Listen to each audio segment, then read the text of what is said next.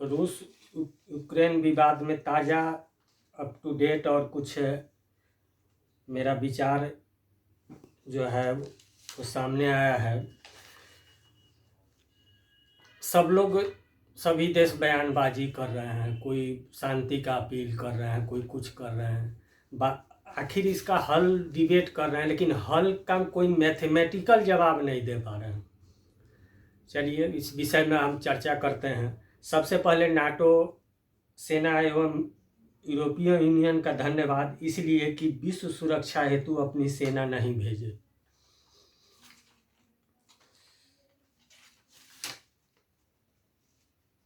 रूस को भी इस बात के लिए धन्यवाद कि सामर्थ्य होते हुए भी 7 दिन के युद्ध में यूक्रेन में मात्र अभी 300 से 350 ही रिहायशी इलाके में लोगों की मौत हुई है, यूक्रेन वासियों का। उसके लिए रूस का धन्यवाद। रूस चाहता तो यदि वास्तव में यदि बचाकर युद्ध नहीं लड़ता तो अभी तक 7 दिन के युद्ध में कई हजार लोग मारे जाते। लेकिन रूस जो है, और हम देखते हैं एक बात कि अभी दुनिया में सब लोग बयान यूक्रेनवासी, यूक्रेन में लोग मर रहे हैं। कितना मर रहे हैं? 300 लोग मरे हैं। खुद जेलेस्की बता रहे हैं कि रसिया का 6000 सैनिक मारे हैं। वो भी तो किसी का बेटा है। और युद्ध हो रहा है, सेना तो मर रहा है, सेना तो दोनों तरफ से मर रहा है, तो वो भी तो किसी का है। अब किसके राजनीतिक महत्वाकांक्षा के चलते ऐसा हो रहा है, ये बात हम आगे बताएंगे। लेकिन यदि कोई देश यूक्रेन के बारे में कह रहा हो कि वहाँ लोग मर रहे हैं और वहाँ तबाही है, यूक्रेन से ज़्यादा तबाही रसिया का है, रसिया का ज़्यादा खर्च हो रहा है, कई फाइटर गिर गए हैं, कई चीज़ हो रहा है, तो रसिया तो नहीं चाह रहा, रसिया बचा बचा करके युद्ध कर रहा है। इस बात के लिए कोई धन्यवाद रसिया को नहीं दे रहा है। आप जब विरोध करके किसी का दिल आप नहीं जीत सकते हैं, किसी को शांति नहीं पहुंचा सकते हैं। जो जहां अच्छा कर रहा है उस बात को अच्छा बोलना होगा।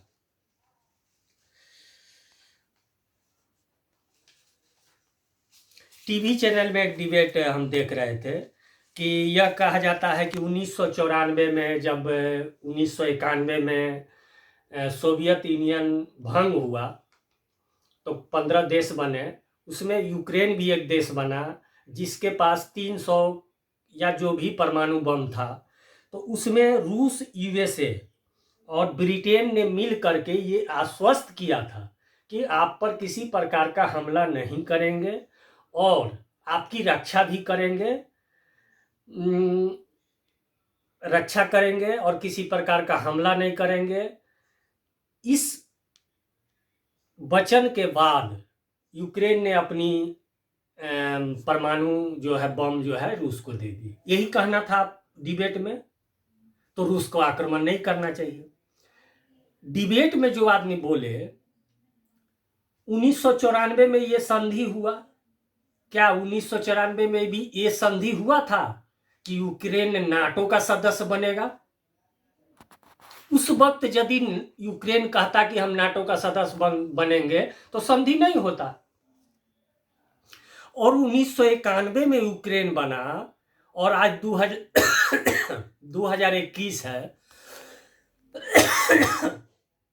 30 साल में यूक्रेन जो है को डर नहीं लगा रसिया से, और एकाएक 2014 में सरकार बदली और यूक्रेन को डर न लगने लगा कि अब हमको रूस दबा देगा। ये तो जेलेस्की का सारा सरी करतूत है।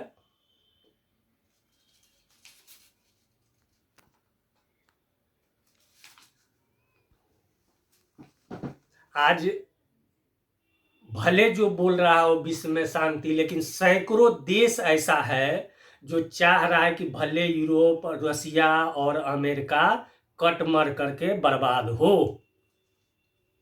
और आप कहते हैं कि हम डेवलप कंट्री हैं, विकसित राष्ट्र हैं, और खुदे कट मर के लड़ रहे हैं।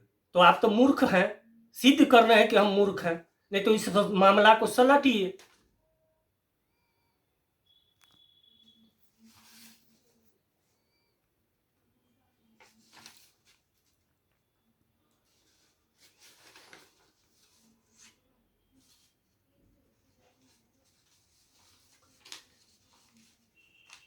दूसरा डिबेट में आ रहा है कि चारों तरफ देश में भाई रूस युद्ध रोके। अच्छा, युद्ध शुरू हुआ, सबको ध्यान देना होगा पूरे विश्व में कि युद्ध अब शुरू हो चुका है, और कुछ तो परिणाम निकले इसका, कुछ तो बैठ करके कुछ रूस का जो बात है उसमें से कुछ तो मानिएगा, तब ना युद्ध रुकेगा। युद्ध रुक जाए, युद्ध रुक जाए, युद्ध रुक जाए, भाई कैसे युद्ध? क्या रूस का अपने सेना और देश को कहेगा कि हम अपने मन से युद्ध किया, अपने मन से रुक गए? बतवा तो फिर वहीं का वहीं है। कोई मैथमेटिकल थ्योरी बात बोलने से तो बेहतर है कि मैथमेटिकल बात बोलना कि युद्ध रुकेगा कैसे। वो बात बोल नहीं रहे हैं। युद्ध रुक जाए, युद्ध यूक्रेन रसिया युद्ध रोक दे। 2 महीना से सेना बॉर्डर पर था, कोई देश पहल नहीं किया। भाई आप एक लाइन लिख के दे देते कि भाई हम नाटो, ठीक है यूरोपियन यूनियन का देश बन गया, नाटो का मेंबर हम नहीं बनाएंगे, लिखित दे देता नाटो। विश्व में यूक्रेन वो नाटो का देश है, और इधर एशिया में बनाइए आप नाटो का मेंबर। रूस का यही ना कहना है कि मेरे बॉर्डर एरिया पर जो भी देश पड़ते हैं वो नाटो का मेंबर नहीं बनेंगे। उज्बेकिस्तान और कौन कौन देश है, 15 देश, कहां रसिया उससे युद्ध करने जा रहा है?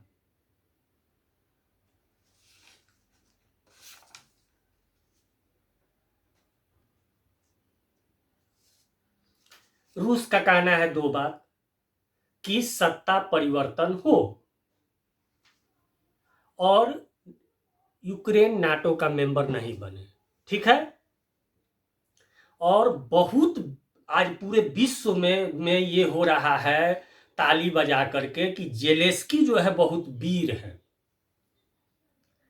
भाई हमारे यहाँ ऋषि मुनि लोग जो है वो त्याग करके अपने देश को बचाए। एक वचन के लिए राम जी 14 बरस का वनवास चल गए। अपने देश के नागरिकों के लिए जेलेस्की यदि सत्ता छोड़ देते हैं, एक लाइन, अमेरिका, रूस, यूरोपियन यूनियन ये भी तो कह सकता है कि भाई जेलेस्की सत्ता छोड़ दो, जो सत्ता में वहां बैठना है, एक लाइन में एक बार में खत्म युद्ध।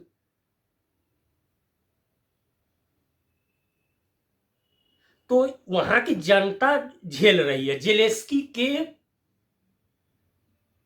मतलब कि मूर्खता की वजह से, उसके मतलब कि अब उसको क्या बोला जाए।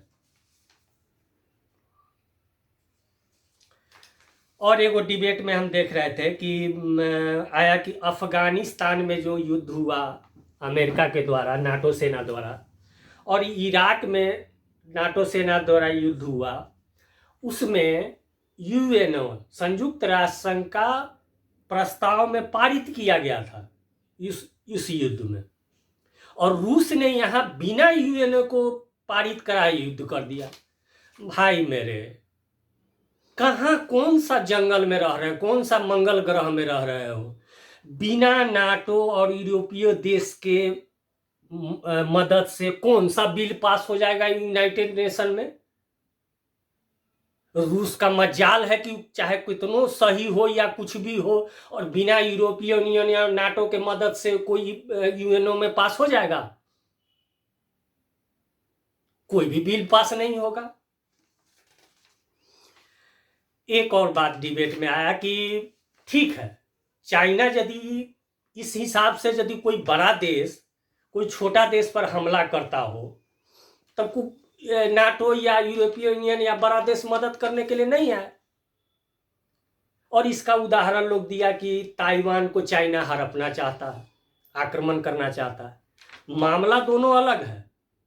रूस का कहना है कि हम वहां पर उसको अपने में रसिया में नहीं मिलाएंगे, हम वहां सिर्फ सरकार परिवर्तन कर देंगे, वो ऐसा सरकार देंगे जो रूस के साथ मिलके रहे और नाटो का मेंबर न बने।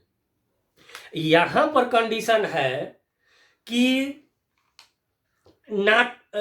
हम जो है ताइवान जो है हमारा हिस्सा है, हम ताइवान को हड़प लेंगे, हम अपने में मिला लेंगे। ये दोनों अलग अलग कंडीशन है। रूस अभी तक कौन सा देश को अपने में मिलाया है? चाइना तो तिब्बत पर हमला हो गया था। तिब्बत पर काहे नहीं अमेरिका नाटो सब लोग हमला कर दिया चाइना पर उस समय। एक तो वीटो पावर समझ में नहीं आता है कि एक देश मात्र जो है, एक देश खुद यदि पांचों देश आक्रमण करेगा तो उस कहियो यूएनओ में फैसला नहीं होगा, एक देश वीटो कर देगा। भाई वीटो कम से कम, वीटो का पावर दो देश के समर्थन से भी तो बनाते। उस पर हम बाद में बात करेंगे। मैथमेटिकल उपाय यही है, युद्ध जारी है। बेमतलब का हम पुतिन से बात कर रहे हैं, जेलेंस्की से बात कर रहे हैं, इससे बात कर रहे हैं। यूरोपीय यूनियन का मेंबर है बना के अभी कौन सी कीजिएगा। रूस यदि वापस होगा तो किस मुंह से वापस होगा? टीवी में जो है कई बच्चियां का जो है प्रे आ रहा है, आदमी का भावुक हो जा रहा है मन। लेकिन कोई तो मैथमेटिकल हल हो, और पूरे कैलकुलेशन करने के बाद, पूरे देखने के बाद अब एक ही आदमी नजर आ रहा है कि इस युद्ध को रोक सकते हैं। एक ही देश है जो युद्ध को रोक सकता है, वो है अमेरिका और जो बाइडन। जो बाइडन जी, चूंकि अमेरिका का अपना युद्ध ये नहीं है, जो बाइडन जी को इसमें प्रतिष्ठा नहीं लेना चाहिए। और हम समझते हैं कि आप सामर्थ्यशाली हैं। आप यदि पुतिन जी को ये आश्वस्त करें कि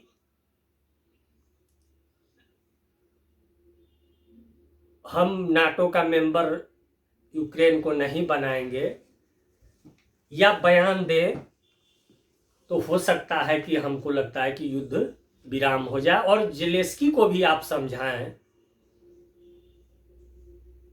जितना मदद जाएगा यूक्रेन में, यूरोपियन यूनियन का हो या किसी भी देश का, यदि मदद जितना जाएगा युद्ध लंबा चलेगा, जान माल की हानि उतना ज्यादा होगी। और ऐसी बात नहीं है कि रूस का इसमें हानि नहीं है।